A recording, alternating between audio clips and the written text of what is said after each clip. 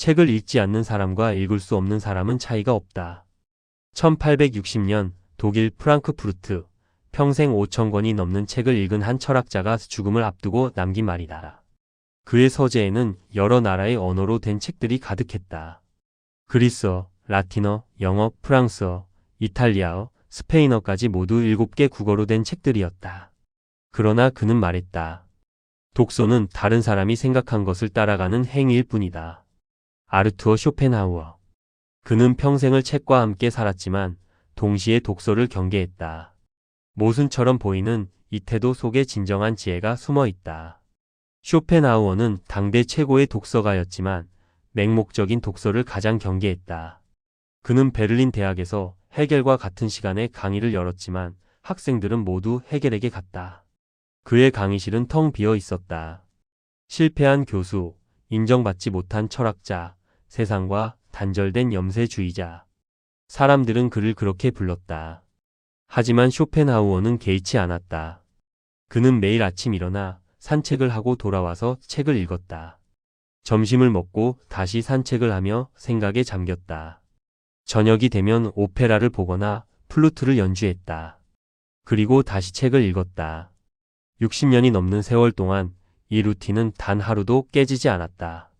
사람들은 그를 이상한 노인이라고 비웃었다.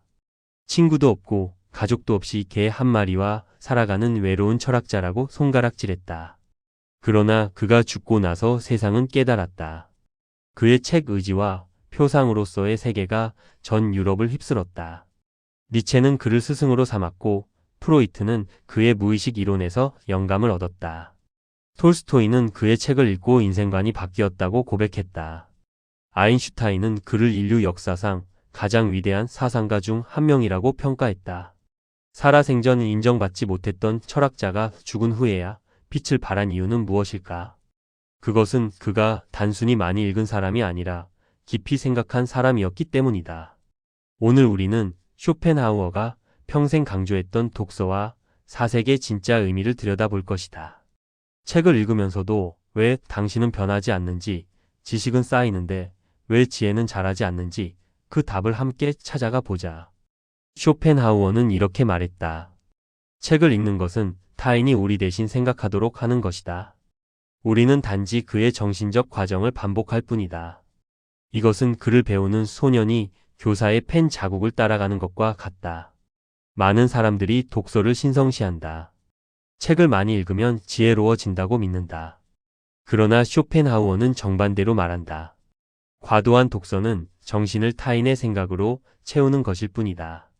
자기 자신의 생각이 자랄 공간을 빼앗는다. 마치 식물이 자라기 위해서는 빈 땅이 필요하듯 생각도 자라기 위해서는 빈 정신이 필요하다. 생각해보라. 당신은 하루에 몇 시간을 독서에 쓰는가? 그리고 그중 몇 시간을 자신만의 생각에 쓰는가? 대부분의 사람들은 전자에만 시간을 쓴다. 그리고 자신이 많은 것을 알게 되었다고 착각한다. 그러나 실제로는 남의 생각을 머릿속에 쌓아둔 것뿐이다. 자신의 생각은 하나도 없다. 쇼펜하우어 자신도 이런 함정에 빠질 뻔했다. 젊은 시절 그는 모든 철학서를 섭렵하려 했다.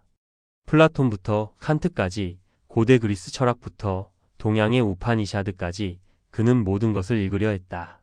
그리고 어느 날 깨달았다. 내 머릿속에는 플라톤의 생각, 칸트의 생각, 헤겔의 생각만 있고 정작 나의 생각은 없다는 것을. 그때부터 그는 독서 방법을 바꾸었다. 책을 읽은 후 반드시 사색의 시간을 가졌다. 산책을 하면서, 식사를 하면서, 음악을 들으면서 끊임없이 생각했다. 방금 읽은 내용이 정말 옳은가? 저자의 주장에 허점은 없는가? 나의 경험과 비교했을 때 어떤 차이가 있는가? 이런 질문들을 끊임없이 자신에게 던졌다. 이것이 쇼펜하우어식 독서법이다. 읽고 나서 생각하라. 아니, 생각하기 위해 읽어라. 책은 생각의 재료일 뿐이다.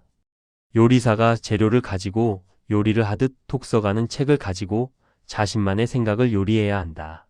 재료를 모으기만 하고 요리를 하지 않는 요리사가 있다면 그는 요리사가 아니다. 마찬가지로 책을 읽기만 하고 생각하지 않는 독서가는 진정한 독서가가 아니다. 쇼펜하우어는 또 이렇게 말했다. 정신이 타인의 생각으로 채워지면 결국 스스로 생각하는 능력을 잃게 된다. 마치 스프링이 계속 눌려 있으면 탄성을 잃는 것처럼 끊임없이 독서만 하는 사람의 정신은 점점 수동적이 된다. 능동적으로 사유하는 힘을 잃어버린다. 당신 주변을 돌아보라. 책을 많이 읽는다고 자랑하는 사람들이 있다. 1년에 100권, 200권을 읽는다고 말하는 사람들. 그러나 그들과 대화해보면 무언가 공허하다. 깊이가 없다. 모든 것을 알고 있는 것 같지만 정작 자신만의 통찰은 없다. 남의 말을 인용할 뿐 자신의 말은 없다. 쇼펜하우어는 이런 사람들을 다독가라고 부르며 경멸했다. 다독가는 책을 많이 읽지만 지혜롭지 않다. 오히려 책에 의해 정신이 지배당한다. 그들의 머릿속은 타인의 생각들로 혼잡하다. 각각의 생각들이 서로 충돌하고 모순되지만 그들은 그것을 정리할 능력이 없다. 왜냐하면 스스로 생각하는 훈련을 하지 않았기 때문이다. 진정한 독서는 적게 읽고 많이 생각하는 것이다. 한 권의 책을 읽더라도 그것을 완전히 자신의 것으로 만들어야 한다. 소화시키고 흡수하고 변형시켜야 한다. 그러면 그 한 권이 100권보다 가치 있다. 쇼펜하우어는 평생 플라톤과 칸트의 책을 반복해서 읽었다. 새로운 책을 찾아 헤매지 않았다. 오히려 같은 책을 여러 번 읽으면서 매번 새로운 의미를 발견했다. 이것이 가능한 이유는 그가 책을 읽을 때마다 다른 관점으로 접근했기 때문이다. 젊었을 때 읽은 플라톤과 늙어서 읽은 플라톤은 달랐다. 같은 문장이지만 다른 의미로 다가왔다. 왜냐하면 그 사이에 그의 생각이 자라났기 때문이다. 그의 경험이 쌓였기 때문이다. 책은 변하지 않는다. 변하는 것은 읽는 사람이다. 그러나 대부분의 사람들은 책이 자신을 변화시키기를 기다린다. 수동적으로 책을 받아들인다. 쇼펜하우어는 반대로 말한다. 당신이 능동적으로 책을 해석해야 한다. 책을 당신의 도구로 삼아야 한다. 책이 당신의 주인이 되어서는 안 된다. 그렇다면 어떻게 읽어야 하는가? 쇼펜하우어는 이렇게 조언한다. 먼저 자신에게 물어라. 내가 이 책을 읽는 이유는 무엇인가? 이 책이 내 삶에 어떤 도움을 줄 것인가? 명확한 목적 없이 읽는 독서는 시간 낭비다. 그냥 읽었다는 만족감만 줄 뿐 실제로는 아무것도 남지 않는다. 다음으로 비판적으로 읽어라. 저자가 옳다고 가정하지 마라. 저자도 인간이고 인간은 실수한다. 저자의 주장에 논리적 허점은 없는가? 그의 전제는 타당한가? 다른 관점에서 보면 어떻게 보이는가? 이런 질문들을 계속 던지면서 읽어라. 그러면 당신의 정신은 깨어있게 된다. 수동적인 수용자가 아니라 능동적인 대화자가 된다. 쇼펜하우어는 특히 신문과 잡지를 경계했다. 그는 신문을 정신의 쓰레기라고 불렀다. 매일 쏟아지는 새로운 정보들이 우리의 정신을 어지럽힌다. 어제의 뉴스는 오늘 쓸모 없어진다. 오늘의 뉴스도 내일이면 잊힌다. 이런 것들로 머리를 채우는 것은 정신의 낭비다. 그가 살던 19세기에도 신문이 사람들의 정신을 지배했다. 사람들은 매일 신문을 읽으면서 세상을 안다고 착각했다. 그러나 쇼펜하우어가 보기에 그들은 아무것도 아는 것이 없었다. 단지 어제 어디서 무슨 일이 있었다는 것을 안다. 그것이 무슨 의미인지 어떤 본질을 담고 있는지는 모른다. 현대는 어떤가? 우리는 스마트폰으로 매 순간 뉴스를 확인한다. SNS에서 끊임없이 정보를 소비한다. 하루에 수백 개의 게시물을 본다. 그러나 그것들 중 내일 기억할 것은 몇 개나 될까? 일주일 후에는? 한 달 후에는? 대부분은 흔적도 없이 사라진다. 쇼펜하우어라면 이렇게 말했을 것이다. 당신은 정보의 홍수 속에서 익사하고 있다. 많은 것을 보고 있지만 아무것도 보지 못한다. 빠르게 소비하지만 천천히 소화하지 못한다. 정신이 끊임없이 자극받지만 깊이 생각할 시간은 없다. 그렇다면 해결책은 무엇인가? 쇼펜하우어는 단순하게 대답한다. 멈춰라. 끊임없는 정보 소비를 멈춰라. 하루에 1시간이라도 완전한 정적 속에 있어라. 아무것도 읽지 말고 아무것도 듣지 마라. 그저 생각하라. 어제 읽은 것을 곱씹어보라. 지난주에 경험한 일을 반추해보라. 그러면 비로소 당신만의 생각이 자라나기 시작한다. 쇼펜하우어는 매일 2번씩 산책을 했다. 아침과 오후 정해진 시간에 정해진 길을 걸었다. 사람들은 그가 걷는 모습을 보고 시계를 맞췄다고 한다. 그만큼 규칙적이었다. 그러나 그 산책 시간이 그에게는 가장 중요한 사색의 시간이었다. 걸으면서 생각을 정리하고 아이디어를 발전시켰다. 그의 위대한 통찰들은 대부분 산책 중에 떠올랐다. 생각에는 시간이 필요하다. 즉각적인 반응이 아니라 천천히 숙성되는 과정이 필요하다. 마치 와인이 오래 묵을수록 깊은 맛이 나듯 생각도 오래 숙성될수록 깊어진다. 그러나 현대인들은 즉각적인 답을 원한다. 구글에 검색하면 1초 안에 답이 나온다. 그러나 그것은 진짜 답이 아니다. 남이 만들어 놓은 답일 뿐이다. 진짜 답은 스스로 찾아야 한다. 시간을 들여 고민하고 실패하고 다시 시도하면서 찾아야 한다. 그 과정에서 정신이 성장한다. 쇼펜하우어는 이렇게 말했다. 생각은 고통이다. 대부분의 사람들이 생각하지 않으려는 이유는 그것이 고통스럽기 때문이다. 편하게 남의 생각을 받아들이는 것이 훨씬 쉽다. 그러나 그 고통을 피하면 정신은 성장하지 않는다. 근육이 자라려면 운동의 고통이 필요하듯 정신이 자라려면 사유의 고통이 필요하다. 쇼펜하우어는 평생 이 고통을 마다하지 않았다. 그래서 그의 사상은 깊이가 있다. 표면적인 지식이 아니라 본질을 꿰뚫는 통찰이 있다. 쇼펜하우어는 독서를 여행에 비유했다. 책을 읽는 것은 타인이 여행한 경로를 따라가는 것과 같다. 그는 이미 그곳을 다녀왔고 당신에게 길을 알려준다. 그러나 진정한 여행은 스스로 길을 찾아가는 것이다. 지도 없이 미지의 땅을 탐험하는 것이다. 독서도 마찬가지다. 책은 참고 자료일 뿐이다. 최종적으로는 당신 스스로 사유의 영역을 탐험해야 한다. 쇼펜하우어가 가장 좋아했던 철학자는 플라톤이었다. 그러나 그는 플라톤을 맹목적으로 따르지 않았다. 오히려 플라톤과 논쟁했다. 플라톤의 이데아론에 동의하지 않았다. 선의 이데아가 최고의 존재라는 플라톤의 주장을 거부했다. 대신 그는 맹목적 의지가 세계의 본질이라고 주장했다. 이것은 플라톤에 대한 배신이 아니다. 오히려 플라톤에 대한 최고의 존경이다. 진정으로 스승을 존경하는 방법은 그의 말을 그대로 따르는 것이 아니라 그를 넘어서는 것이다. 쇼펜하우어는 플라톤을 깊이 연구했지만 결국 자신만의 철학을 세웠다. 이것이 진정한 배움이다. 선생님이 가르쳐 준 것을 그대로 외우는 것이 아니라 그것을 바탕으로 더 높이 올라가는 것이다. 쇼펜하우어는 칸트도 깊이 존경했다. 칸트의 순수 이성 비판을 여러 번 반복해서 읽었다. 그리고 칸트가 발견하지 못한 것을 발견했다. 칸트는 인식의 한계를 밝혔지만 그 너머의 세계에 대해서는 불가지론을 취했다. 쇼펜하우어는 한 걸음 더 나아갔다. 현상 너머의 물자체가 무엇인지 밝히려 했다. 그리고 그것이 의지라고 결론 내렸다. 이것이 옳은지 그른지는 중요하지 않다. 중요한 것은 그가 스스로 생각했다는 것이다. 칸트의 말을 그대로 받아들이지 않고 자신만의 답을 찾으려 했다는 것이다.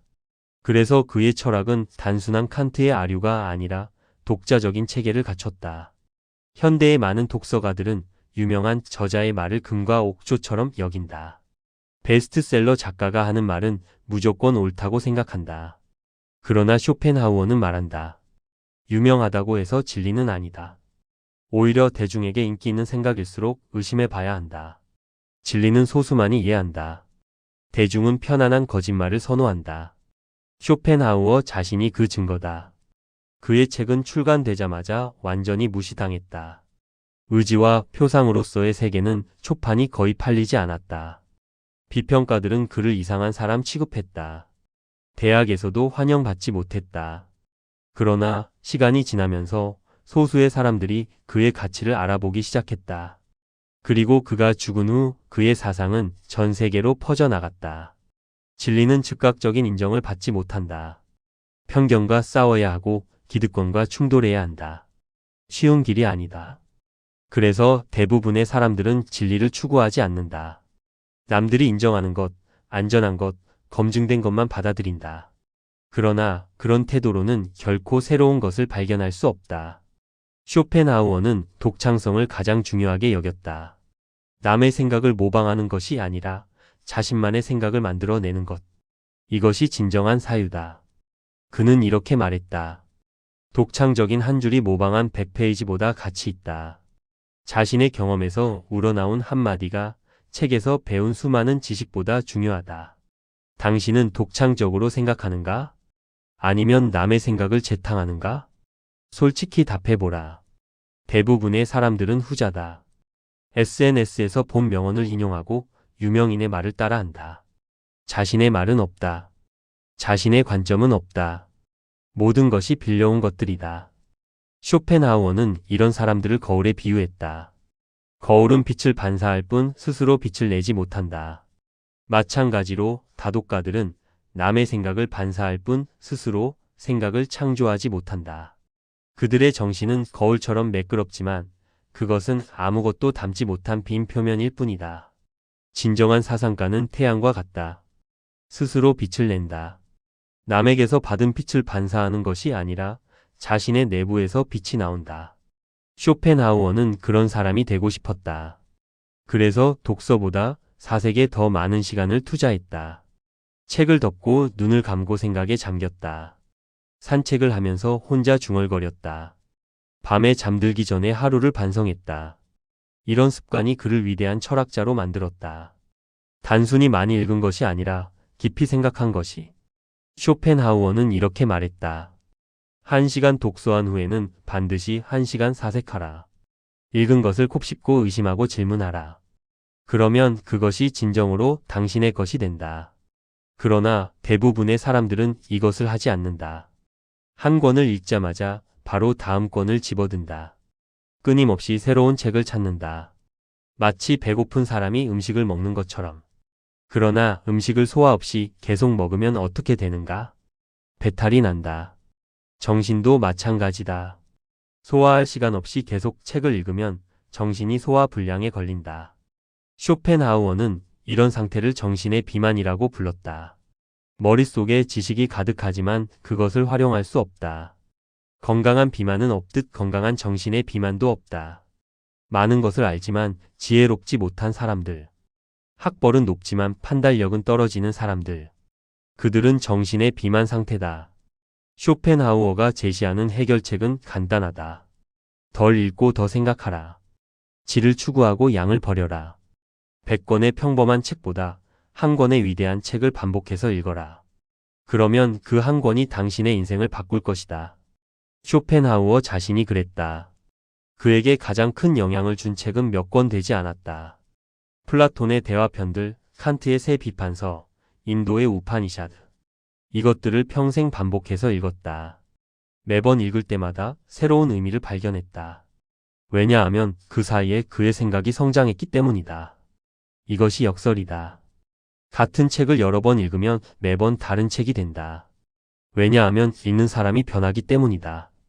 20대 읽은 책과 50대 읽은 책은 완전히 다르다. 같은 문장이지만 다른 의미로 다가온다. 쇼펜하우어는 이것을 알고 있었다. 그래서 새로운 책을 찾아 헤매기보다 깊이 있는 책을 반복해서 읽었다. 현대인들은 반대다. 같은 책을 2번 읽는 것을 시간 낭비라고 생각한다. 새로운 것, 최신 것, 화제의 책을 찾는다. 그러나 그런 책들은 대부분 일회용이다. 한 번 읽고 나면 버려진다. 진짜 고전은 다르다. 수십 번, 수백 번 읽어도 여전히 새롭다. 쇼펜하우어는 말했다. 고전을 읽어라. 동시대의 책은 신중하게 선택하라. 대부분의 현대 작품은 곧 잊힐 것이다. 시간이라는 심판을 통과한 책만이 진짜 가치가 있다. 1000년 동안 읽힌 책이 있고 10년도 못 가서 사라지는 책이 있다. 당신의 시간을 어디에 투자할 것인가? 많은 사람들이 베스트셀러 목록을 보고 책을 선택한다. 남들이 많이 읽는 책을 따라 읽는다. 그러나 쇼펜하우어는 경고한다. 대중의 취향을 믿지 마라. 대중은 쉬운 것, 재미있는 것, 위안을 주는 것을 선호한다.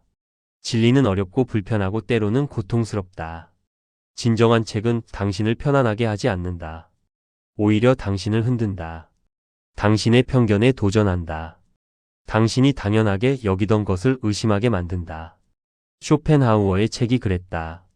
사람들은 행복을 추구한다고 믿었다. 그러나 쇼펜하우어는 말했다. 인생은 고통이다. 행복은 환상이다. 우리가 할 수 있는 최선은 고통을 최소화하는 것이다. 이런 생각은 불편하다. 사람들은 듣고 싶어 하지 않는다. 그래서 쇼펜하우어의 책은 처음에 팔리지 않았다. 사람들은 위안을 주는 책을 원했다. 모든 것이 잘 될 것이라고 말하는 책을. 그러나 그런 책은 거짓말을 한다.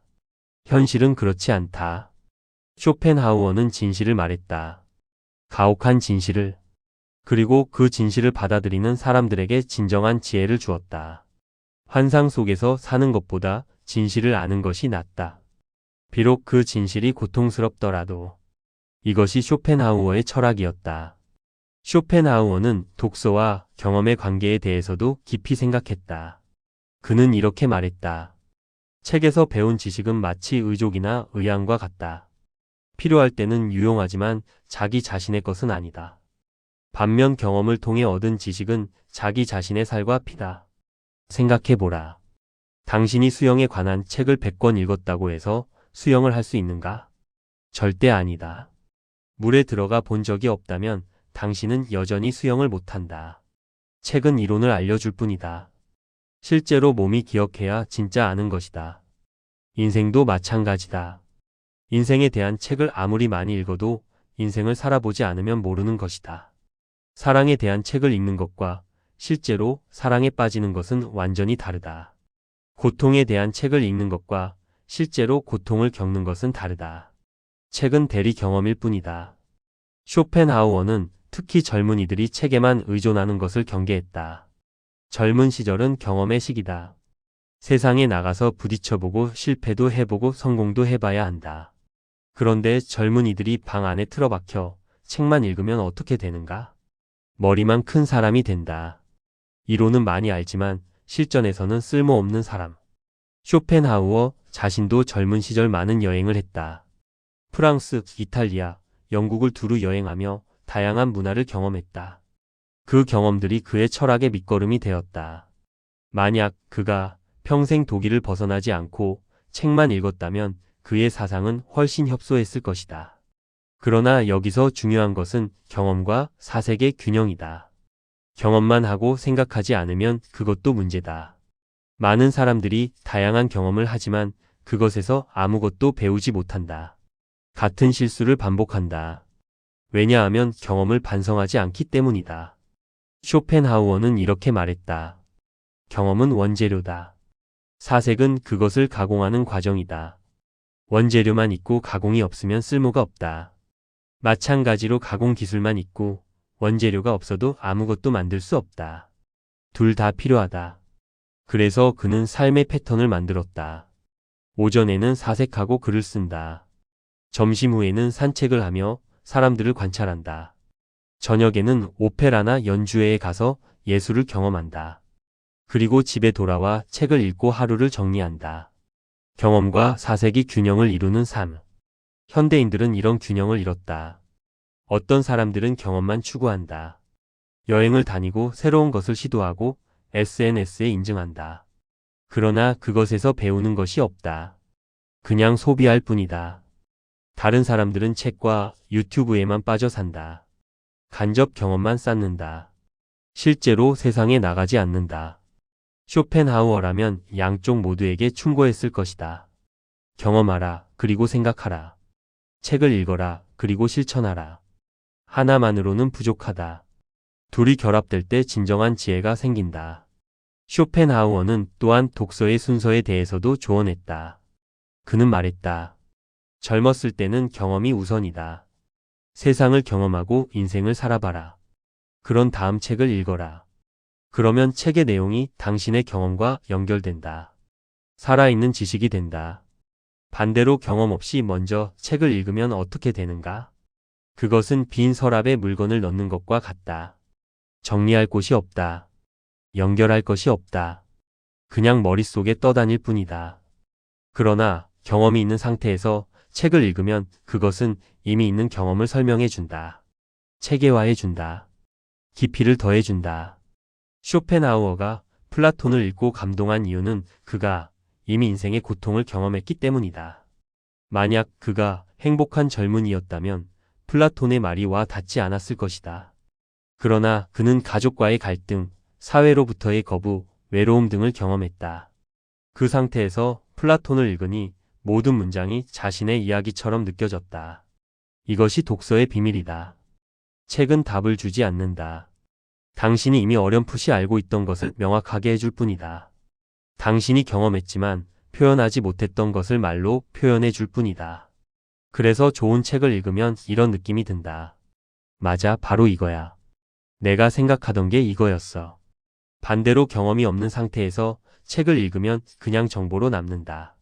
이해는 되지만 공감은 되지 않는다. 머리로는 알지만 가슴으로는 모른다. 그런 지식은 위기의 순간에 쓸모가 없다. 실제 상황이 닥치면 그 지식을 적용할 수 없다. 쇼펜하우어는 이렇게 비유했다. 경험 없이 읽은 책은 지도만 보고 여행한 것과 같다. 지도에는 산이 그려져 있다. 그러나 실제로 그 산을 올라보지 않으면 그것이 얼마나 힘든지 모른다. 지도에는 강이 그려져 있다. 그러나 실제로 그 강을 건너보지 않으면 물살이 얼마나 빠른지 모른다. 그래서 그는 젊은이들에게 조언했다. 서둘러 책을 읽지 마라. 먼저 살아라. 경험하라. 실패하라. 고통받아라. 그런 다음 책을 펼쳐라.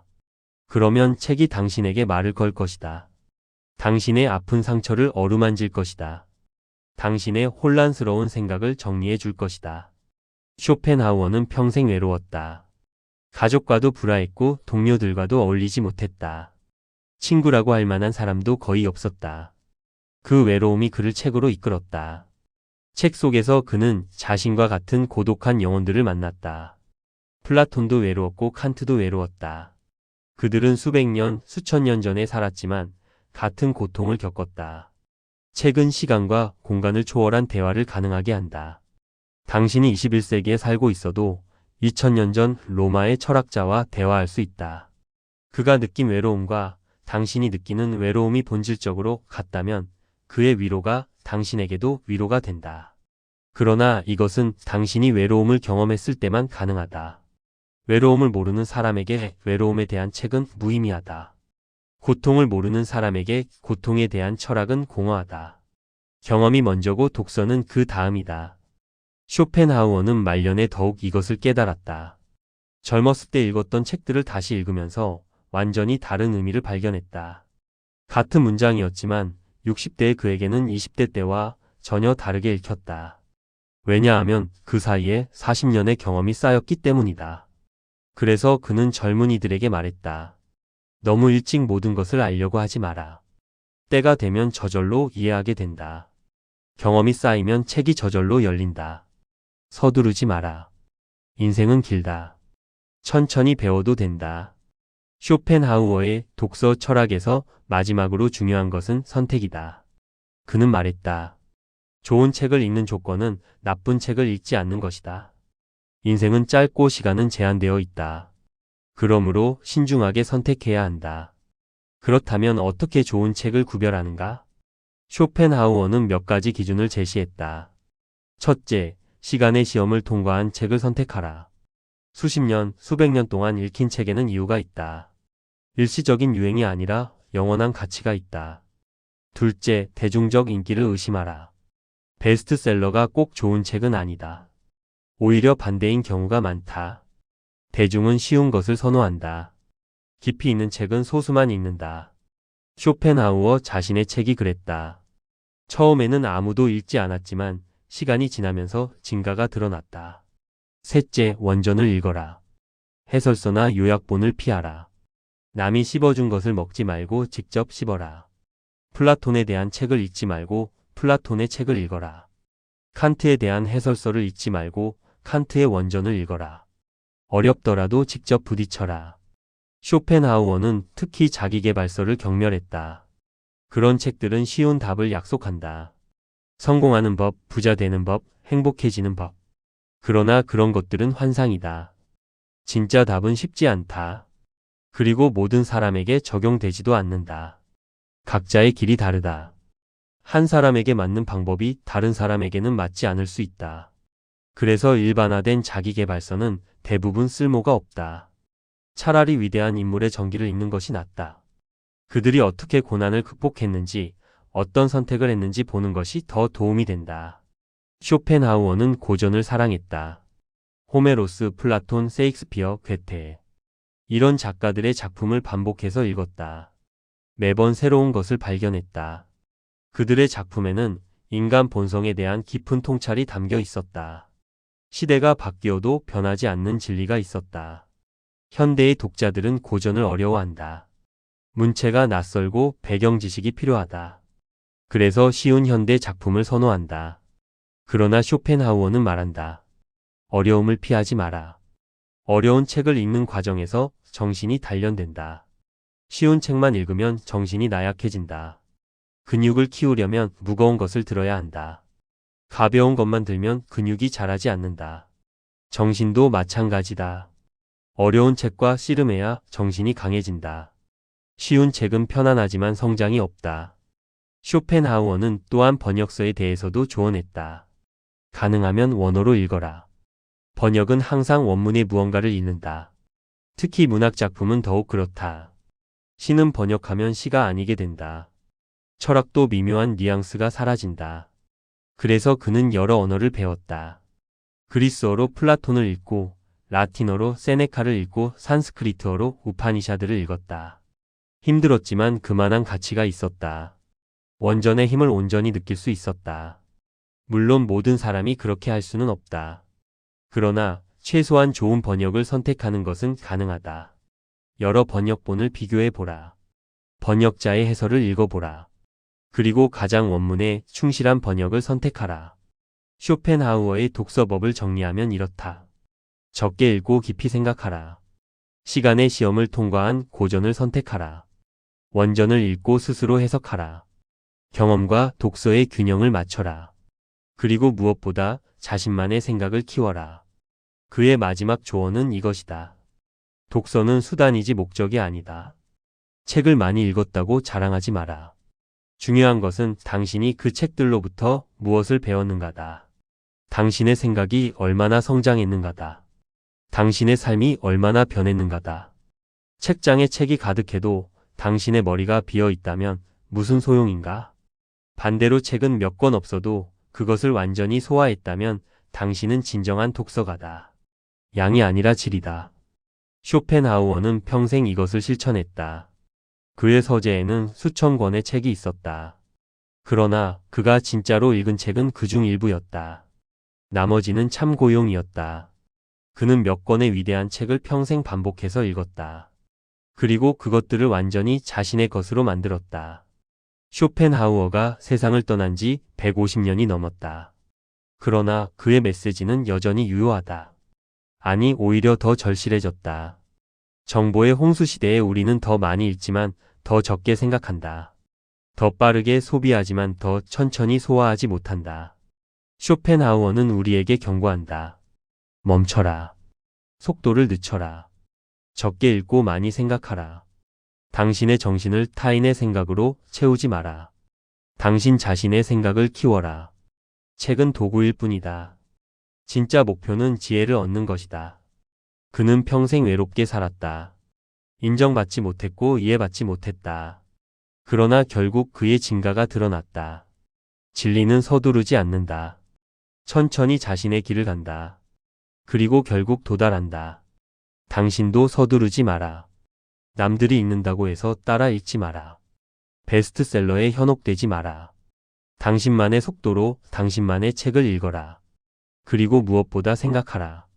깊이 오래 진지하게. 쇼펜하우어의 삶은 이것을 증명한다. 고독 속에서도 위대한 사상은 태어난다.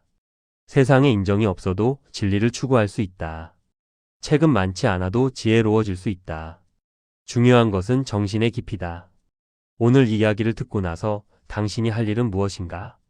더 많은 책을 사는 것이 아니다. 지금 읽고 있는 책을 덮고 생각하는 것이다. 당신이 최근에 읽은 책에서 무엇을 배웠는가? 그것이 당신의 삶을 어떻게 바꿨는가? 당신만의 답을 찾아라. 쇼펜하우어는 말했다. 책을 읽지 않는 사람과 읽을 수 없는 사람은 차이가 없다. 그러나 나는 덧붙이고 싶다. 책을 읽고도 생각하지 않는 사람과 읽지 않는 사람도 차이가 없다. 진정한 독서는 사색과 함께 온다. 오늘의 이야기는 여기까지입니다. 끝까지 시청해주신 여러분 진심으로 감사합니다.